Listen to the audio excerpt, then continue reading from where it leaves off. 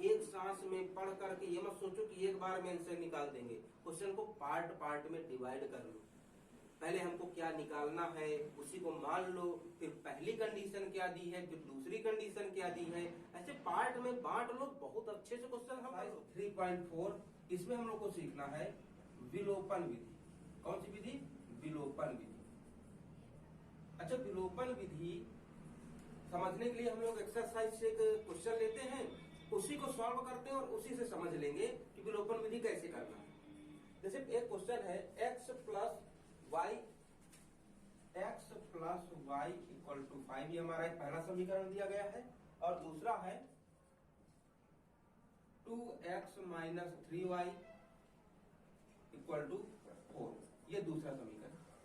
इन दोनों समीकरणों को हल करके हमको विलोपन विधि से हल करके x और y के मान निकालना है।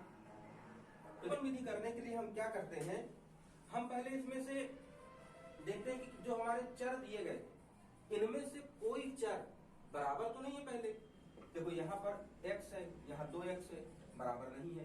यहाँ y है, यहाँ 3y है, बराबर नहीं है। तो पहला काम तो हमको यही करना है कि हम चाहे x को या तो y को, या तो x को या तो y को, किसी एक को, दोनों को बराबर कर ले। x को या तो x के बराबर कर लो, या तो y को y के बराबर। अब कैसे करना है, चलिए हम देख लेते हैं कि हमको y के बराबर कर लेते हैं। y को y के बराबर कर लेते हैं। तो देखो यहाँ तो y में 3 है, यहाँ y में 1 है। तो बराबर करने के लिए क्या करना है, समीकरण 1 में y के आगे जो भी नंबर है, y के आगे जो भी संख्या है, उस संख्या का गुणा समीकरण 2 में कर दो, और समीकरण 2 में y के आगे जो संख्या है उसका गुणा समीकरण 1 में कर लो। ये अगर ये काम करोगे तो बराबर हो जाएगा। अगर यही हम x को बराबर करना चाहते तो x समीकरण 1 में x के आगे जो नंबर है उसका गुणा समीकरण 2 में कर लेते, और समीकरण 2 में x के आगे जो नंबर है उसका गुणा 1 में कर लेते, तो x के पद बराबर हो जाते। लेकिन अभी हम y को बराबर करना चाहते हैं, तो देखो y को बराबर करने के लिए समीकरण 1 में y के आगे क्या है, 1 है, तो 1 का गुणा समीकरण 2 में कर दो। समीकरण 2 में किससे गुणा करना है, 1 से, 1 से गुणा, व समीकरण 1 में किससे गुणा करोगे, 2 में क्या हुआ, क्या है, 3 है, व समीकरण 1 में 3 से, हम समीकरण 1 में 3 से गुणा कर रहे हैं।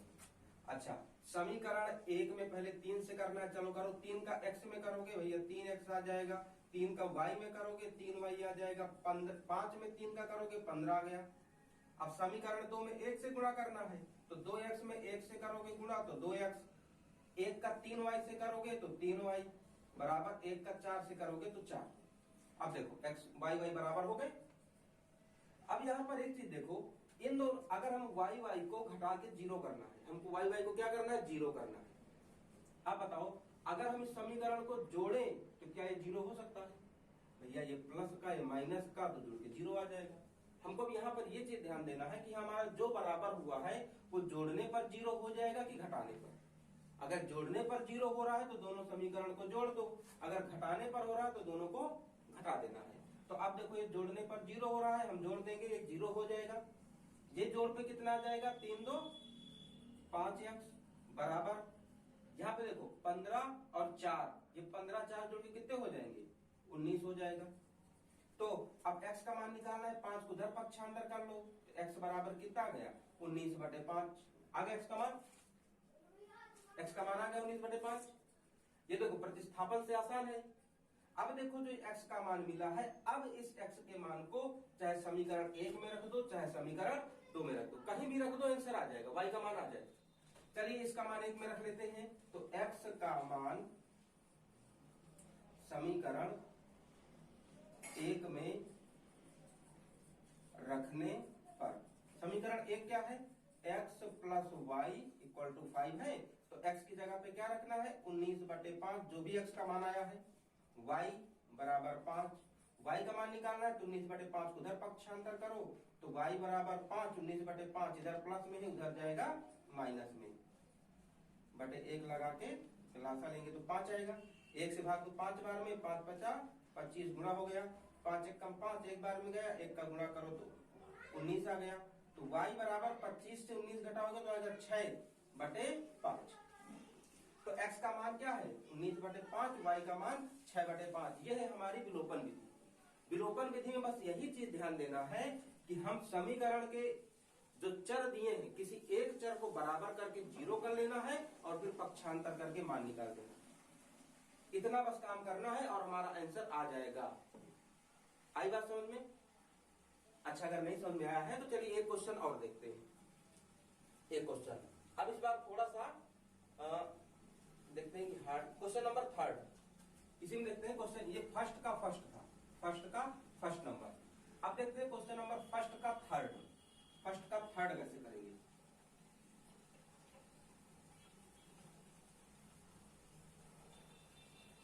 फर्स्ट का थर्ड नंबर, फर्स्ट का थर्ड है 2x और फिर 3x minus 5y equal to 4। ये समीकरण 1 दिया है। और दूसरा दिया है 9x equal to 2y plus 7। ये समीकरण दूसरा दिया है। इन दोनों समीकरणों से x और y का मान निकालना है, लेकिन हल करने के लिए हमको यूज करना है विलोपन विधि। ठीक है, हल करने के लिए विलोपन विधि यूज करना है। भाई यहाँ पर देखो एक चीज उल्टा है, x y इधर तो एक तरफ है, लेकिन इधर देखो अलग अलग है। एक इधर है x तो y इधर है बराबर के। तो पहले जब भी ऐसे क्वेश्चन रहे तो भैया ये जो चर वाले पद रहते हैं इनको एक ही तरफ कर लेना, करने में आसानी रहेगी। चलिए करें। ये तो देखो एक ही तरफ है, तो 3x minus 5y equal to 4। इसको भी इधर ले आओ तो 2y भी इधर आएगा, तो 9x देखो प्लस इधर जाएगा तो माइनस में 2y इक्वल टू 7। अब एक ही तरफ हो गए। अब फिर से वही काम करते हैं। चलो इस बार किसको बराबर करें, हम x वाले को बराबर कर लेते हैं। तो x वाले पद को बराबर करने के लिए यहां देखो समीकरण 1 में x के पास क्या संख्या है, कितना है। अच्छा भैया इसको नाम दे लो 3 और 4। अगर करने में दिक्कत हो रही है हम समीकरण कितने भी बना सकते हैं।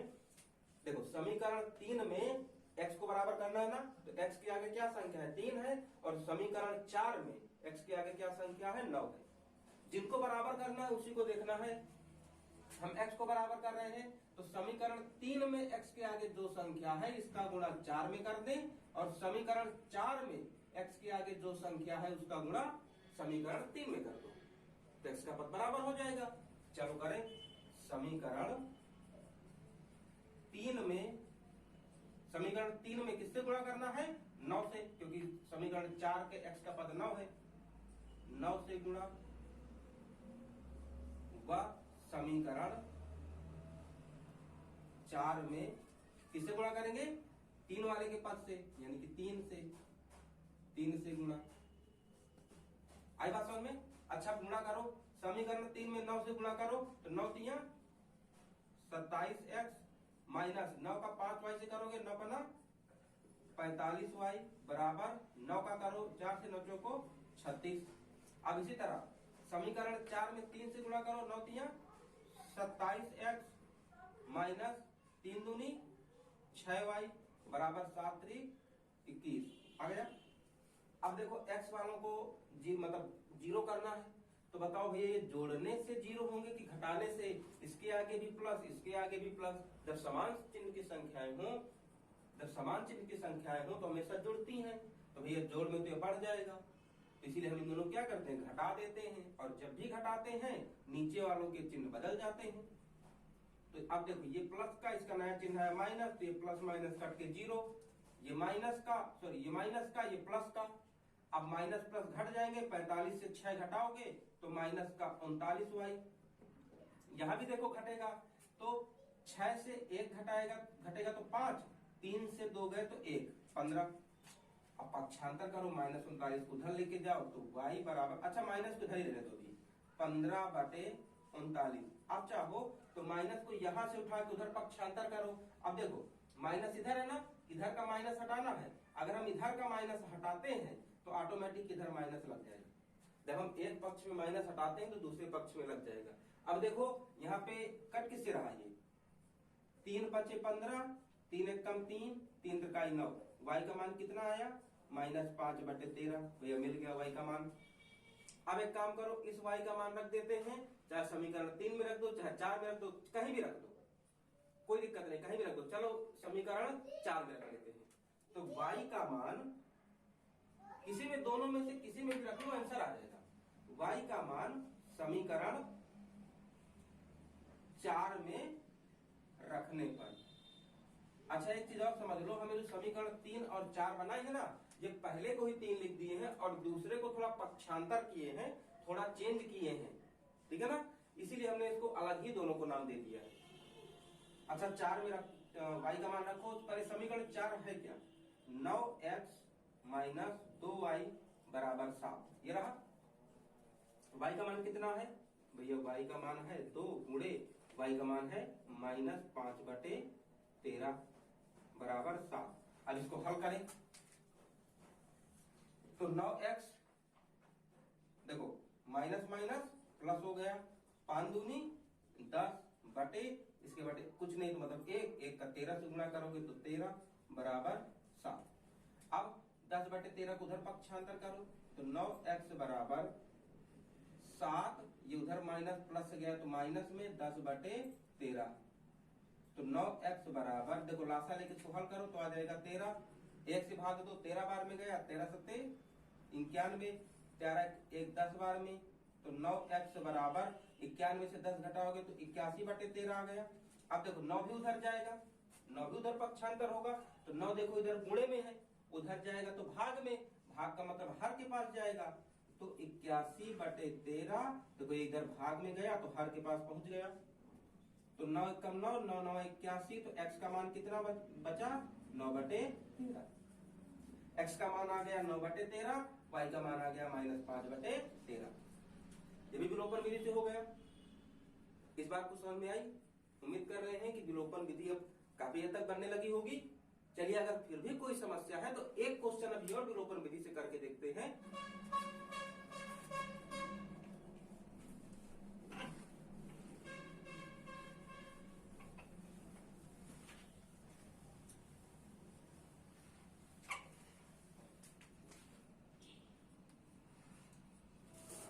अगला क्वेश्चन है फर्स्ट का 4, दिया गया है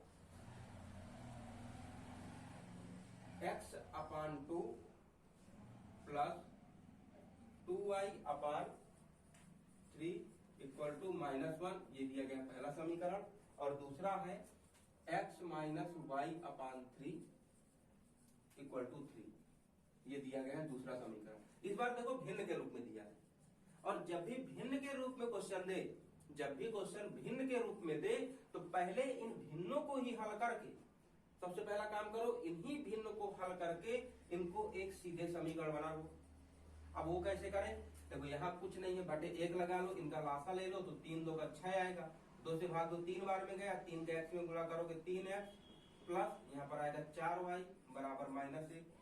अच्छा इसको भी करो, लासा लोगे 3 आएगा, यह आ जाएगा 3x माइनस y बराबर 3, इतना गया। अब क्या करो, दोनों में बटे 1 लगा करके तिर्यक गुणा कर लेते हैं। 1 का इससे गुणा करेंगे तो 3x धन 4y, 6 का -1 से करेंगे तो -6। अच्छा इसका भी गुणा करो, 1 का 3x माइनस y से करोगे तो 3x माइनस y बराबर 3 3 9, बन गए सीधे समीकरण। इन्हीं को बना लेते हैं एक नया समीकरण, इसको 3 नंबर, इसको दे दो 4 नंबर। पहले को हमने सॉल्व करके समीकरण 3 बना लिया, दूसरे को सॉल्व करके समीकरण 4 बना लिया। अब इन्हीं समीकरणों को हल करके x और y के मान निकालते हैं। तो अब देखो किसको बरा, देखो यहाँ पर 3x x का पद पहले से बराबर है। जब x का पद यानी कि कोई भी पद हो, x का चाहे y का, अगर बराबर हो पहले से तो फिर गुणा करने की जरूरत नहीं है। हम गुणा क्यों करते हैं, ताकि बराबर कर सके। तो यहाँ पे x का पद पहले से बराबर है, अगर एक पद बराबर मिल रहा है तो गुणा ही नहीं करना, सीधे इनको रखो। दूसरा क्या है, 3x माइनस y बराबर 9। अच्छा ये जोड़ने से 0 होंगे कि घटाने से, तो ये दोनों प्लस के घटाने से, तो घटाएंगे तो ये माइनस प्लस माइनस ये कट गया, 4y प्लस y बराबर हो गया 5y, -6 -9 ये हो गया -15। अब 5 को उधर पक्षांतर करो तो y बराबर -15/5, 5 1 5, 5 3 15, बचा -3, y का मान कितना आ गया, -3 आ गया। अब क्या करें, y का मान हम किसी एक समीकरण में रख लें। चलो y का मान रखो, y का मान समीकरण 4 में रखने पर, समीकरण 4 क्या है, 3x माइनस वाई बराबर 9। अब y का मान देखो कितना आया, -3 आया, तो y का जो भी मान है y में रख दो y की जगह पर। तो 3x माइनस, देखो y की जगह पे रखा हमने -3 बराबर 9। अब माइनस माइनस से गुणा हो जाएगा तो कितना आ जाएगा, माइनस माइनस का गुणनफल भैया 9। सॉरी जरा ये संख्याओं का कहां गुणा कर दी, माइनस माइनस प्लस 3 बराबर 9। हम संख्याओं को गुणा कर दिए, 3 तक आई 9। अब देखो इस 3 को उधर पक्षांतर करो तो 3x बराबर 9, ये 3 उधर जाएगा तो माइनस में, 3x बराबर 9 से 3 घटाएगा तो 6। अब 3 को भी उधर लेके चलो तो x बराबर 6/3, 3 दूनी 6, x का मान कितना आ गया, 2। इस समीकरण के लिए y का मान है -3, x का मान है 2। ये भी सॉल्व हो गया। अच्छा अब तो उम्मीद करते हैं कि अब तो सब लोगों से बन जाएगा विलोपन विधि, अब बन जाएगा ना। तो अगर अब बन जाएगा तो अब एक काम करते हैं, अब एक स्टार्ट करते हैं क्वेश्चन नंबर 2। मगर सेकंड में हम सभी क्वेश्चंस के समीकरण आप लोग को बनवा देंगे, और अगर कोई क्वेश्चन ऐसा लगेगा कि नहीं उसको हल करके बताना चाहिए तो बताएंगे, नहीं तो आप लोग पहले ट्राई करोगे, समीकरणों को हल करोगे, और अगर समीकरण हल करने में नहीं आ रहे हैं, अगर ये हल करते नहीं बनेंगे तो फिर आप लोग कमेंट करना, तो फिर उसका आंसर बताएंगे। अभी पहले आप ट्राई करोगे, क्योंकि हमने इनको कैसे करना है, समीकरण को विलोपन विधि से कैसे सॉल्व करना है वो करा चुके हैं। और इसी 3.4 में क्वेश्चन नंबर 1 में एक चीज और बोला है, इस समीकरण को विलोपन तथा प्रतिस्थापन, विलोपन और प्रतिस्थापन दोनों विधि से हल करना है। तो प्रतिस्थापन विधि याद होगा, लास्ट क्लास में बताया गया है, वही विधि है करना है, और विलोपन अभी बता दिए। ठीक है, चलिए अब चलते हैं क्वेश्चन नंबर 2 में।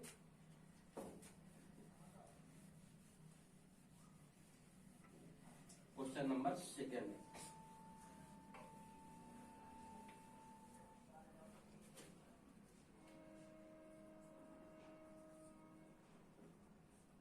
क्वेश्चन नंबर 2 का फर्स्ट नंबर क्या दिया है, यदि हम अंश में 1 जोड़ दें तथा हर में 1 घटा दें तो भिन्न 1 में बदल जाती है। यदि हर में 1 जोड़ दें तो वह 1/2 हो जाती है, तो वह भिन्न क्या है। लास्ट क्लास का क्वेश्चन है, रिपीट हो गया, बस इस बार जोड़ना घटाना अलग अलग संख्याएं हैं। पहले भी बताए थे, अगर ध्यान करो, जब भी बोले कि वह भिन्न ज्ञात करो, जब भी बोले कि वह भिन्न ज्ञात करो तो मानना क्या है। ध्यान आया कुछ, डायरेक्ट मत मान लेना कि माना वह भिन्न बराबर x, नहीं, भिन्न हमेशा अंश और हर से मिलके बनती है, भिन्न अंश और हर से मिलके बनती है। तो हम मानेंगे क्या, अंश और हर ही मानेंगे। मान लो कि माना अंश, उस भिन्न का अंश कितना है, अंश भैया x है, तो हर कितना होगा, हर मान लो y। अब देखो अंश और हर बन गया ना, तो अब हम भिन्न बना सकते हैं कि वह जो भिन्न है वह भिन्न क्या है, वह है अंश बटे हर यानी x/y। अब भिन्न बना लिए। अब कंडीशन पे चलो, कंडीशन बोल रहा है यदि हम अंश में 1 जोड़ दें, क्या बोल रहा है, यदि अंश में 1 जोड़ दें, यदि हम अंश में 1 जोड़ दें तथा हर में 1 घटा दें, तथा हर में 1 घटा दें तो भिन्न 1 में बदल जाती है। तो जो हमारी भिन्न होगी वह 1 में बदल जाएगी, बदल जाएगी। कैसे, देखो क्वेश्चन क्या बोल रहा है, अंश में 1 जोड़ दो, भैया किसके अंश में, हमने जो भिन्न बनाई है उस भिन्न के अंश में। किसके, जो बोल रहा है ना कि 1 जोड़ दो और 1 घटा दो, तो भैया कौन से अंश हर, तो भैया जो हमने भिन्न बनाई है, जो अंश हर मान के एक भिन्न बनाई है, इसी में है जोड़ना है। तो हमने भिन्न क्या बनाई है, x/y, बोला अंश में 1 जोड़ दो, अंश x है, 1 जोड़ दो, हर में 1 घटा दो, हर y है तो 1 घटा दे। तो भैया जब 1 जोड़ देते हैं अंश में, हर में 1 घटा देते हैं तो भिन्न 1 में बदल जाती है। 1 में बदलने का मतलब है कि यह भिन्न 1 के बराबर हो जाती है। किसी में बदल जाना मतलब उसके बराबर हो जाना। तो भैया ये बन गया बराबर 1। अच्छा बटे 1 लगा के इसको सॉल्व करो, एक का गुणा करो इधर तो बनेगा x प्लस 1, एक का इधर भी गुणा करो तो y माइनस 1। एक्स वाई को एक तरफ कर लो, यानी चर को एक तरफ, अचर को एक तरफ, तो वाई को इधर बुला लो। तो x माइनस वाई बराबर, देखो उधर बचा -1, ये एक भी उधर जाएगा तो माइनस का हुआ क्या, x माइनस वाई बराबर -2। ये बना समीकरण एक, बन गया। अच्छा दूसरा समीकरण देखिए क्या बोल रहा है, यदि हर में एक जोड़ दें तो वह 1/2 हो जाती है। इस बार देखो अंश के लिए कुछ नहीं बोला है, यदि हर में एक जोड़ दें तो भिन्न कितनी हो जाती है, 1/2 हो जाती है, 1/2 हो जाती है। भैया जो भी हमने माना है भिन्न क्या माना है, x/y माना है। अगर बोल रहा है हर में एक जोड़ दे, इस बार अंश के लिए कुछ नहीं बोल रहा है तो हम अंश में कुछ नहीं करेंगे। हर में बोल रहा है एक जोड़ दे तो एक जोड़ दो, हर में एक जोड़ दें तो भिन्न 1/2 हो जाती है, यानी भिन्न का मान भिन्न 1/2 के बराबर हो जाती है। बराबर कर दिया, फिर 3 गुणा कर दो तो 2 का x से करोगे तो 2x, एक का करो y बराबर y प्लस 1 से तो y प्लस 1, y को इधर पक्षांतर कर लो तो 2x माइनस वाई बराबर 1 बन गया समीकरण 2। अब देखो दो समीकरण हमको मिल चुके हैं, समीकरण 1 और समीकरण 2। अब इन समीकरणों को हल करना तो इतना कोई कठिन है नहीं। यहाँ पर देखो y का पद भी बराबर है तो कोई गुणा उणा भी नहीं करना, डायरेक्ट देख लो जोड़ने से दोनों 0 हो जाएंगे कि घटाने से। अब इसको तो आगे कर सकते हो क्योंकि विलोपन विधि की प्रैक्टिस तो करवा चुके हैं काफी, कर लोगे सब लोग। चलो तो ठीक है, अब चले अगले क्वेश्चन में। क्वेश्चन नंबर सेकंड का सेकंड, क्वेश्चन नंबर सेकंड का सेकंड।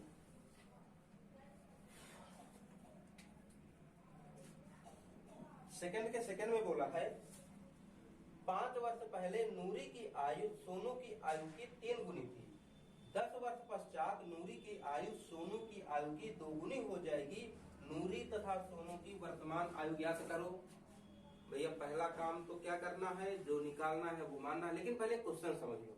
क्वेश्चन बोला है कि 5 वर्ष पहले, देखो अभी की बात नहीं कर रहा है क्वेश्चन, अभी की बिल्कुल बात नहीं कर रहा, बोल रहा है 5 वर्ष पहले, अभी से 5 साल पहले की बात कर रहा है। 5 साल पहले नूरी और सोनू की जो भी आयु थी, नूरी और सोनू की जो भी आयु थी, उस आयु में नूरी की आयु सोनू की आयु की 3 गुनी थी। भैया 5 साल पहले उन दोनों की जो भी आयु थी तो उस आयु में जो नूरी थी वो सोनू से 3 गुना बड़ी थी। कितने गुना, 3 गुना बड़ी थी 3 साल पहले। अच्छा तो अब बोल रहा है, सॉरी 5 वर्ष पहले, अब दोबारा बोल रहा है अब 10 वर्ष पश्चात। अब फिर करंट की बात नहीं बोल रहा है, बोल रहा है अब से 10 वर्ष पश्चात, यानी 10 वर्ष बाद, 10 वर्ष बाद नूरी और सोनू की जो आयु होगी उस आयु में नूरी की आयु सोनू की आयु की 2 गुनी हो जाएगी। 10 वर्ष बाद जो दोनों की आयु रहेगी उसमें जो नूरी रहेगी वो सोनू से 2 गुना ज्यादा रहेगी। तो अभी नूरी और सोनू की क्या आयु है वो आयु बताना है। तो जो चीज निकालना है, जो चीज ज्ञात करना है, हम उसको मान लें। हमको नूरी और सोनू की वर्तमान आयु निकालना है तो हम वही मान लेते हैं कि माना नूरी व क्या लिखिए, नूरी की वर्तमान आयु बराबर x वर्ष। हमने कितना मान लिया, नूरी x साल की है। अच्छा तो सोनू कितने साल का होगा, सोनू की वर्तमान आयु कितना मान ले, y वर्ष। हमने सोनू को मान लिया कि सोनू भैया y वर्ष का है। अच्छा अब कंडीशन में चलो, कंडीशन क्या बोल रहा है, वर्तमान का तो बिल्कुल नहीं बोल रहा है, बोला 5 वर्ष पहले। कब की बात कर रहा है वो, 5 वर्ष पहले की बात कर रहा है। तो भैया जितने साल पहले की बात कर रहा है उतने साल पहले दोनों की आयु तो पता होनी चाहिए हमको, है ना, तभी तो तुलना कर पाएंगे। तो भैया बोल रहा है 5 साल पहले, तो अच्छा ये बताओ नूरी 5 साल पहले कितने साल की रही होगी, नूरी भैया 5 साल पहले कितने साल की रही होगी, भैया अभी x साल की है। 5 साल पहले हम 5 घटा दें, 5 घटा दो x माइनस 5 वर्ष। अच्छा, सोनू अभी 22 साल का है, तो 5 साल पहले कितने साल का रहा होगा, इसमें भी 5 घटा दो, जितने साल पहले का पूछे उतना घटा दिया जाता है। अच्छा, नूरी 5 साल पहले x माइनस 5 वर्ष की थी, सोनू y माइनस 5 वर्ष का था। अब क्या कर बोला है कि 5 साल पहले क्या था, 5 वर्ष पहले नूरी की आयु सोनू की 3 गुनी थी। क्या बोला है, नूरी की आयु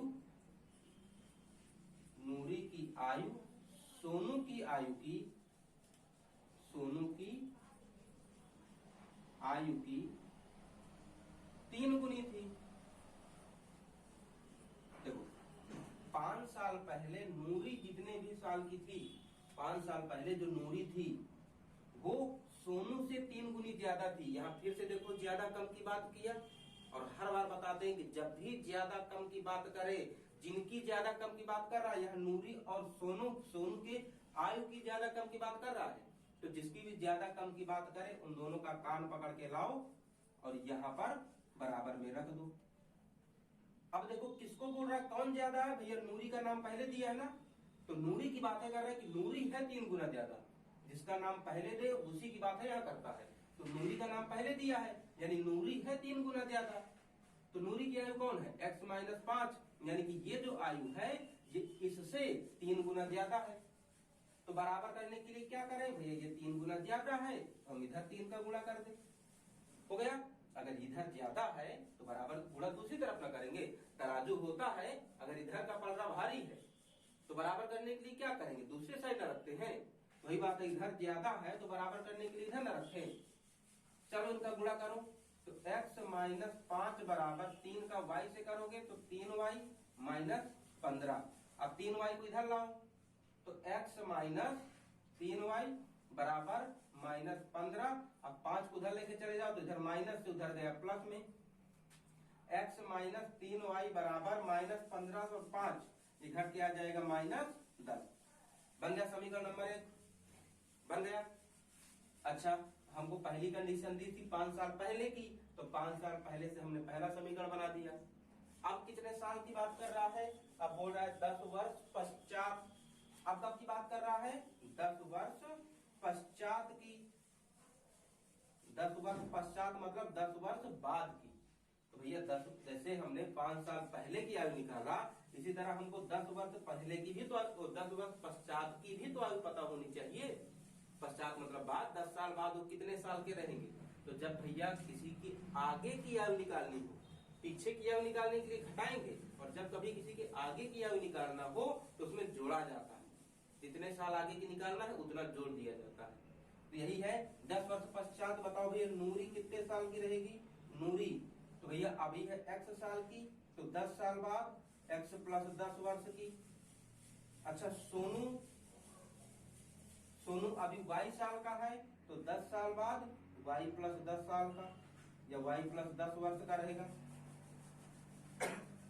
अच्छा, 10 वर्ष पश्चात क्या बोला है, 10 वर्ष पश्चात नूरी की आयु सोनू की आयु की 2 गुनी रहेगी। 10 वर्ष पश्चात नूरी की आयु सोनू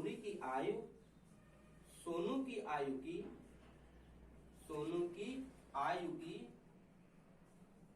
आयु की 2 गुनी रहेगी। कितने गुना रहेगी, 2 गुनी।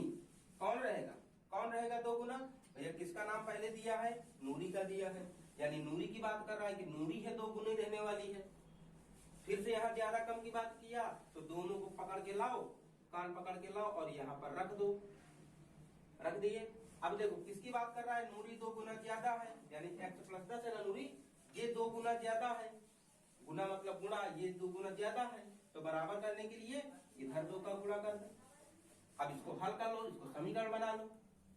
कैसे बनाए, x प्लस 10 बराबर 2 का y से गुणा करोगे तो 2y धन 10 दूना 20, तो x 2y को इधर ले आओ बराबर 20, ये उधर जाएगा तो माइनस 10, तो बन गया x माइनस 2y बराबर 20 से 10 घटेगा तो 10, बन गया समीकरण 2। ये रहा हमारा समीकरण नंबर 1 और ये रहा समीकरण नंबर 2। अब इनको हल कर देना विलोपन से। यहाँ देखो x का पद तो वैसे ही बराबर हो गया भैया, तो गुणा करने की जरूरत ही नहीं है किसी में, है ना, बन सकता है ना। चलिए तो चले अगले क्वेश्चन में। अभी विलोपन विधि से दोनों समीकरण को हल कर देना, छोड़ मत देना तुम लोग। चलिए क्वेश्चन नंबर 3।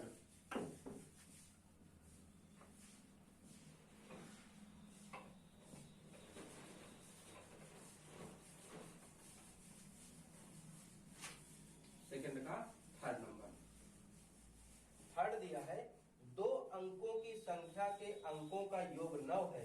इस संख्या का 9 गुना संख्या के अंकों को पलटने से बनी संख्या का 2 गुना है, तो वह संख्या ज्ञात करो। अच्छा, ये वाला क्वेश्चन ना हम लोग सॉल्व करते करते समझेंगे, नहीं अभी से इधर उधर ना क्वेश्चन चला जाए। अच्छा देखो, निकालना क्या है, पहले हम चलते हैं कि निकालना क्या है। हमको वह संख्या निकालना है जिसकी बात कर रहा है कि उसके अंकों का योग 9 है। हमको वह संख्या निकालना है जिसके अंकों का योग 9 है। तो अच्छा माने क्या, क्योंकि एक ही संख्या पूछ रहा है ना, तो क्या मान ले, वह संख्या बराबर x। तो y किसको माने, 2 चर में हल करना है ना। अच्छा यहाँ पे एक चीज समझो, जैसे 2 अंक की संख्या हमने कह दिया 20। ये 2 अंक की जो संख्या होती है ये बनती किससे, तो भैया 2 अंक की संख्या में एक होता है इकाई, एक होता है दहाई। 2 अंकों की संख्या इकाई और दहाई से मिलके बनती है। तो जब भी बोले 2 अंकों की संख्या की बात करें और वहां पर मानना हो, तो हमेशा ये इकाई और दहाई मानना, क्योंकि ये संख्या इकाई दहाई से मिलके बनी है। जैसे कि भिन्न वाले में ध्यान हो, भिन्न को हल करने के लिए हम अंश और हर मानते हैं, उसी तरह 2 अंकों की संख्या के लिए हम इकाई और दहाई मानेंगे।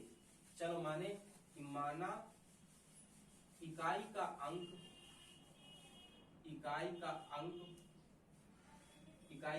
x मान लिए। अच्छा तो दहाई का अंक क्या होगा, दहाई का अंक y होगा। अच्छा अगर यहाँ पे एक चीज समझो, अगर हम बोल दें कोई संख्या की इकाई का अंक है 0 और दहाई का अंक है 2, तो वह संख्या क्या है, सिंपल रख दोगे कि इकाई और दहाई 20 है, रख दोगे ना। तो इसी तरह अगर हम यहाँ बोले इकाई का अंक x है, दहाई का अंक y है, तो अब दिमाग में क्वेश्चन आना चाहिए कि जिस संख्या के इकाई का अंक x है, जिस संख्या का इकाई का अंक x है और दहाई का अंक y है, तो आखिर वह संख्या है क्या, तो उसमें भी क्या करोगे, यही करोगे, x y रख दो, ये रख दोगे कि ये संख्या है। नहीं, ऐसे नहीं करेंगे। जब भी हमको इकाई और दहाई दिया हो तो हमको संख्या बनाने के लिए एक सूत्र होता है।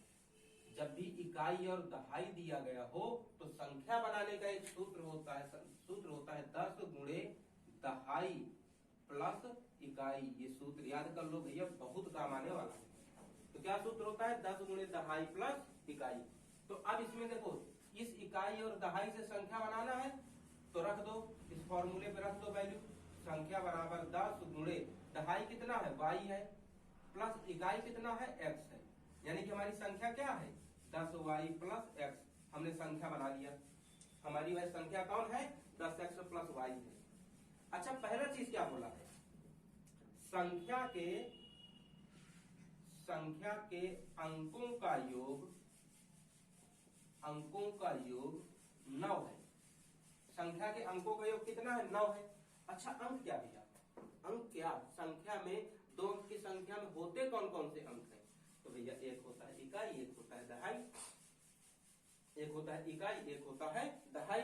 तो अगर हम इन्हीं इकाई और दहाई को जोड़ते हैं, संख्या के अंकों का योग 9 है, ही बोला है ना, यानी कि अगर इस इकाई और दहाई को जोड़ते हैं तो इनका योग 9 हो जाना चाहिए। तो इसी को रख देते हैं x प्लस वाई बराबर 9, यही हो गया पहला समीकरण।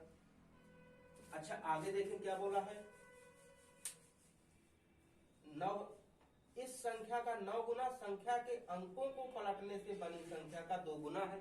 यहाँ पर देखो एक बात और ध्यान रखना, जब भी 2 अंकों की संख्या की बात करें, जब भी 2 अंकों वाले संख्या की बात करें, तो वहां पर भैया उसके अंकों को पलटने को जरूर बोलेगा।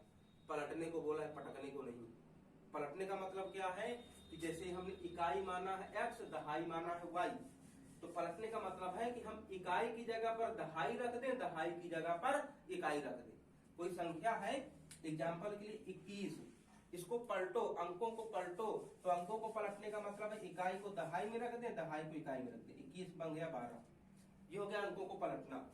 तो इसी तरह हमने ये जो संख्या मानी है, ये जो इकाई दहाई माने हैं x और y, या तो कहें ये जो संख्या है 10x + y, तो अगर इसके अंकों को पलट दें तो क्या संख्या बनेगी, पहले वो निकालो। अंकों को पलटने पर प्राप्त संख्या। अगर भैया हम अंकों को पलटें, अच्छा तो संख्या निकालना है, अंकों को पलटने पर संख्या निकालना है ना, संख्या चाहे जो निकालना हो, दो अंक की सूत्र यही होगा, संख्या बराबर 10 गुणे दहाई प्लस इकाई, सूत्र यही होने वाला है, सूत्र में कोई चेंजिंग नहीं करना है। तो निकालो 10 गुणे, देखो अभी तक दहाई क्या था, y, अब अंकों को पलटना है, यानी अब दहाई की जगह कौन आएगा, इकाई।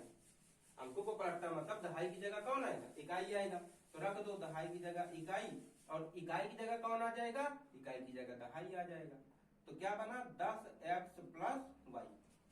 अंकों को पलटने पर ही संख्या बनी 10x + y। जो संख्या थी 10y + x, अंकों को पलट देने से ये 10x + y बन गया। अब देखो क्या बोला है, कहेंगे क्वेश्चन भैया, इस संख्या का 9 गुना, पहले लिख लेते हैं, इस संख्या का 9 गुना अंकों को पलटने से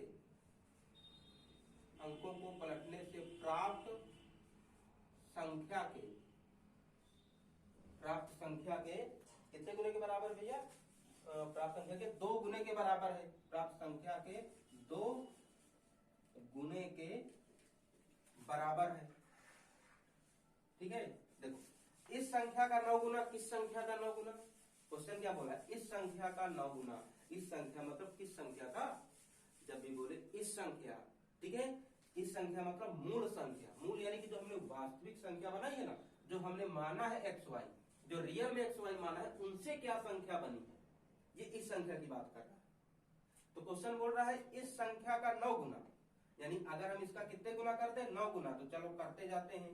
इस संख्या का 9 गुना करो, 9 गुना अंकों को पलटने से प्राप्त संख्या। अंकों को पलटने से कौन सी संख्या प्राप्त हुई है, 10x + y। अंकों को पलटने से प्राप्त संख्या, ये संख्या प्राप्त हुई, संख्या के 2 गुने के बराबर है। अगर अंकों को पलटने से जो संख्या प्राप्त हुई है, इसका 2 गुना कर दे। पहले वाले का बोला है 9 गुना, हमने 9 गुना कर दिया, इसको बोला है 2 गुना करने को, 2 गुना कर दिया। तो अब ये दोनों क्या हो जाते हैं भैया, बराबर हो जाते हैं, बराबर का चिन्ह लगा लो। अब इसको हल करते हैं, हल करो, 9 का गुणा करोगे तो 9 दहम 90y धन 9x, इधर 2 का गुणा करो, 10 दूना 20x + 2y। अब पक्षांतर कर लो, x के पास x को, y के पास y को। देखो 9x, इसके पास हम 20x को ले आए, ये 90y, इसके पास 2y को ले आओ, उधर बचा 0, घटाओ तो 9 से 20 घटेगा तो बचेगा -11x, यहाँ भी घटाओ तो ये आ जाएगा +88, 90 से, अरे यार 90y कहाँ, अरे यार उल्टा हो गया, थोड़ा उल्टा हो गया। देखो 9x के पास लेके आना है किसको, 20x को, तो -20x, फिर 90y के पास लेके आओ 2y को, पक्षांतर कर लिया। तो अब ये घट के आ जाएगा -11x, 90 से 2 घटेगा तो बन जाएगा प्लस का 88y = 0 बन गया। अच्छा यहाँ देखो समीकरण तो मिला, लेकिन अभी देखो ये दोनों अंक, इधर 0 है तो 0 को नहीं देखना है, ये सभी 11 से कट रहे हैं। अगर 11 से कट रहे हैं तो भैया 11 से भाग दे देते हैं, आसान हो जाएगा। अगर देखो ये माइनस हटाना चाहते हो तो +11 से भाग, यानी कि 11 से भाग देने दो, और अगर ये माइनस सोचते हो यहाँ का हट जाए तो -11 से भाग दे दो। चलो हम -11 से भाग देते हैं, -11 से भाग देने पर, -11 से भाग देने पर तो -11x बटे -11 + 88y बटे -11 बराबर 0/-11। ये माइनस माइनस मर गए, 11 11 मर गए, बच्चा x, 11 कम 11, 11 8 88 प्लस माइनस का -8y बचा बराबर 0 में 11 से भाग दो 0। ये बन गया समीकरण 2। देखो ये बना हमारा समीकरण नंबर 1, ये बन गया समीकरण 2। अब इन दोनों समीकरण को हल करके x y के मान निकालो। अरे यार जितने क्वेश्चन कर रहे हैं सब में x या तो y बराबर ही मिलता जा रहा है, सभी में x y बराबर मिल रहा है, इसमें गुणा करने की जरूरत ही नहीं दिख रही है, एकदम सिंपल समीकरण मिल रहे हैं। ठीक है, तो अब इन समीकरणों को हल करना है और बताना है कि हमारा एक्स वाई का मान क्या होगा, और जो भी एक्स वाई का मान निकले वो एक्स वाई का मान यहां पर रख देना, तो भैया तुम्हारी संख्या मिल जाएगी। बात समझ में आई? चलिए तो चले अगले क्वेश्चन में, क्वेश्चन नंबर 4।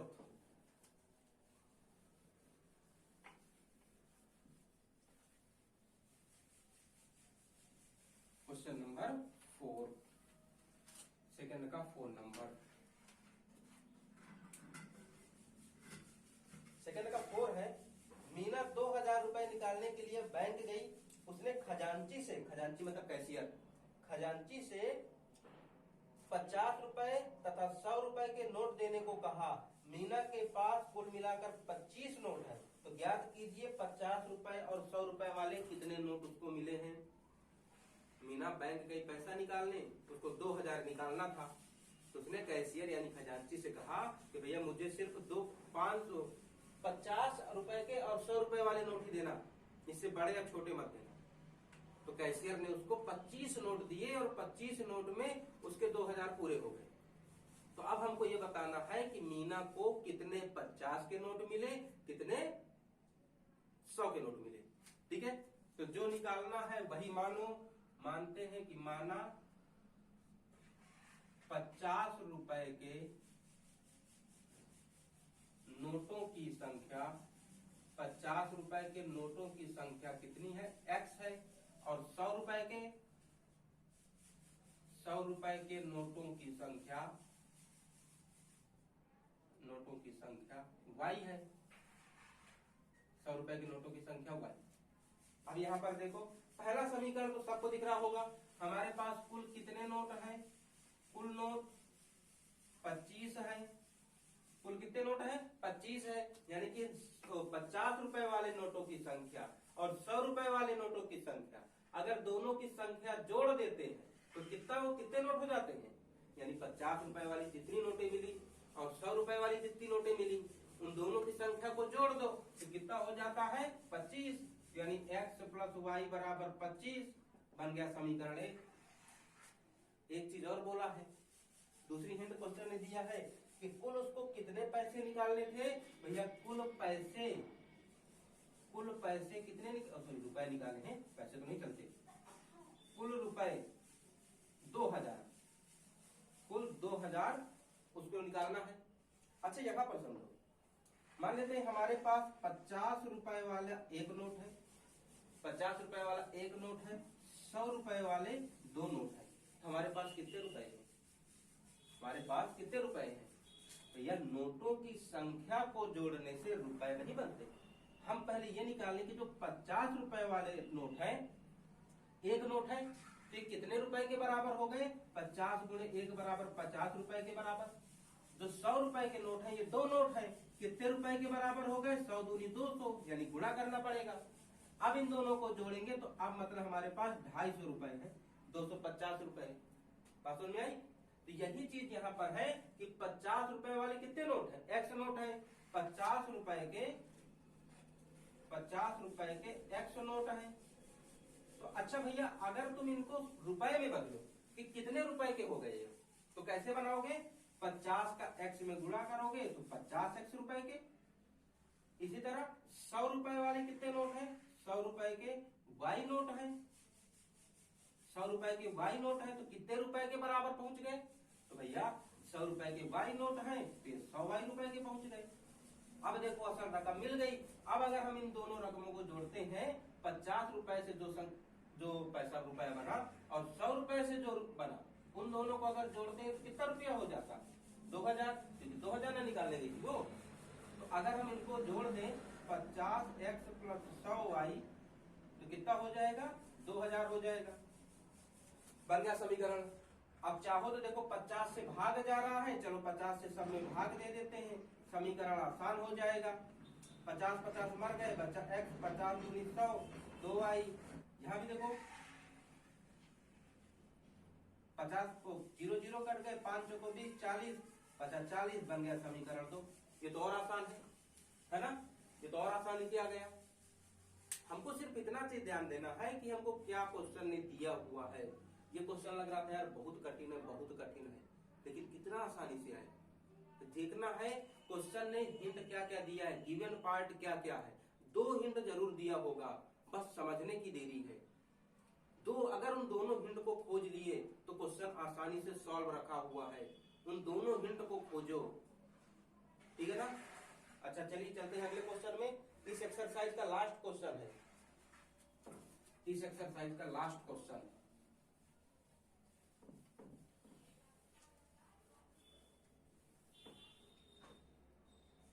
किराए पर पुस्तक देने वाले किसी पुस्तकालय का प्रथम 3 दिनों का नियत किराया, प्रथम 3 दिनों का एक नियत किराया है तथा उसके बाद प्रत्येक अतिरिक्त दिन का अलग किराया है। सरिता ने 7 दिनों तक एक पुस्तक रखने के लिए 27 रुपए अदा किए, जबकि सुशी ने एक पुस्तक 5 दिन रखने के लिए 21 रुपए अदा किए, 21 रुपए अदा किए। तो नियत तथा प्रत्येक अतिरिक्त दिन का किराया ज्ञात करो। देखो किसका किसका नाम दिया है, सरिता और सुशी, सरिता और सुशी का बताया गया है कि एक पुस्तकालय है, लाइब्रेरी जिसे कहते हो। उस लाइब्रेरी में अगर देखो कोई किताब लेने जा रहा है तो लाइब्रेरी में एक नियम रखा गया है कि भैया किताब है, ये किताब है एक तो, और इस किताब को तुम ले जाओ। अगर तुम 3 दिन के लिए ले गए हो तो 3 दिन का किराया वहां पे फिक्स है, 10 रुपए 20 रुपए 30 रुपए जो होगा कि भैया तुमको इतना ही लगेगा। लेकिन इसके बाद 3 दिन से अगर ज्यादा तुम अपने पास पैसे रखते हो, या सॉरी 3 दिन से ज्यादा किताब अपने पास रखते हो, तो हर दिन का तुमको अलग से चार्ज देना पड़ेगा। जितने दिन ज्यादा रखोगे उतने दिन हर दिन का चार्ज देना पड़ेगा ज्यादा। तो हमको क्या निकालना है, वो जो 3 दिन का किराया रखा गया ना, कि 3 दिन का किराया कितना है, यानी कि नियत किराया, वो निकालना है। और इसके बाद लेट होने पर हर दिन का कितने रुपए ले रहा है, वो किराया, यानी कि नियत किराया और प्रतिदिन का अतिरिक्त किराया, ये 2 चीज निकालना है। हम यही चीज मान लेते हैं कि माना पुस्तकालय का जो नियत किराया है, नियत किराया या नियत पुस्तकालय का 3 दिन का किराया, या जो 3 दिन के किराए को नियत रखा गया ना, तो 3 दिन का किराया, 3 दिन का किराया हम मान लेते हैं कि x रुपए, ठीक है। अच्छा तो अतिरिक्त दिन का, जो प्रत्येक अतिरिक्त दिन बन रहा है, प्रत्येक अतिरिक्त दिन का किराया, यानी कि अगर ज्यादा दिन रखते हो तो 3 दिन के बाद कितना लगेगा, हर दिन का y रुपए लगेगा। पहले 3 दिन का तो x रुपए लगेगा, इसके बाद जितने भी दिन ज्यादा रखोगे तो हर दिन का y रुपए लगता रहेगा। अच्छा अब इसको सॉल्व करो। देखो कंडीशन क्या दिया है, सरिता ने 7 दिन के लिए 27 रुपए अदा किए। सरिता ने किताब लिया एक, सरिता ने 7 दिन के 27 रुपए दिए। देखो सरिता ने 27 दिन तक किताब ली, अपने 7 दिन तक किताब रखा अपने पास, तो कितने रुपए देने पड़े उसको, 7 रुपए देने पड़े। अच्छा इसके लिए देखो समीकरण बनाओ भैया, 7 दिन में से पहले 3 दिन का किराया तो x रुपए हो गया, पहले 3 दिन का किराया तो x रुपए हो गया। इसके बाद एक दिन का कितना लेता है, अगर 3 दिन से अगर ज्यादा कोई किताब रखता है तो एक दिन का कितना लगता है उसको, y रुपए लगता है। भैया 7 में से 3 दिन का किराया दे दिया गया, तो 7 दिन रखा था तो x रुपए दे दिया, यानी कि 3 रुपए 3 दिन का किराया दे दिया गया। बचे कितने दिन का, 7 से 3 घटाओ यानी 4 दिन का, 4 दिन का किराया बचा देने के लिए। तो भैया एक दिन का किराया y रुपए लगता है। 3 दिन के बाद जितने भी दिन ज्यादा रखोगे तो एक दिन का किराया y रुपए है। कितने दिन बचे हैं, 3 दिन के लिए दे दिया, 4 दिन का किराया और देना है क्योंकि 7 दिन के लिए रखा गया था। तो 4 दिन का कितना होगा, 1 दिन का y, तो 4 दिन का 4y। अब इन दोनों किराए को जोड़ देते हैं तो 27 बन जाता है, बना समीकरण 1 बन गया। अच्छा दूसरा समीकरण देखे, कोई कितने दिन रख रहा है किताब, सुशी ने 5 दिनों के लिए 5 दिनों के लिए 21 रुपए दिए। कितने रुपए दिए, 21 रुपए दिए। तो भैया देखो कोई कितने भी दिन के लिए दे ले किताब ले, ये जो 3 दिन का किराया है वो तो देना ही देना है। 5 दिन में से 3 दिन का किराया लग गया, बचा कितने दिन का, 2 दिन का। तो 1 दिन का y रुपए लगता है, तो 2 दिन का 2y। अब इन दोनों किरायों को जोड़ते हैं तो कितना हो जाता, 21 हो जाता है, बन गया समीकरण दूसरा। देखो कितना आसानी से आ गया। और अगर सोचो कि पूरा एक बार में पढ़ के एक बार में निकाल दो तो हो गया फिर काम, है ना। तो इस एक्सरसाइज 3.4 भी हमारी अब कंप्लीट हो चुकी है। विलोपन विधि को हमने काफी क्वेश्चन, लगभग हर क्वेश्चन करा दिया है। विलोपन विधि की प्रैक्टिस भी करवा दी है। अब भी अगर किसी को क्वेश्चन करने में कोई दिक्कत आए तो आप बताइएगा, आपके सोल्यूशन जरूर बताए जाएंगे।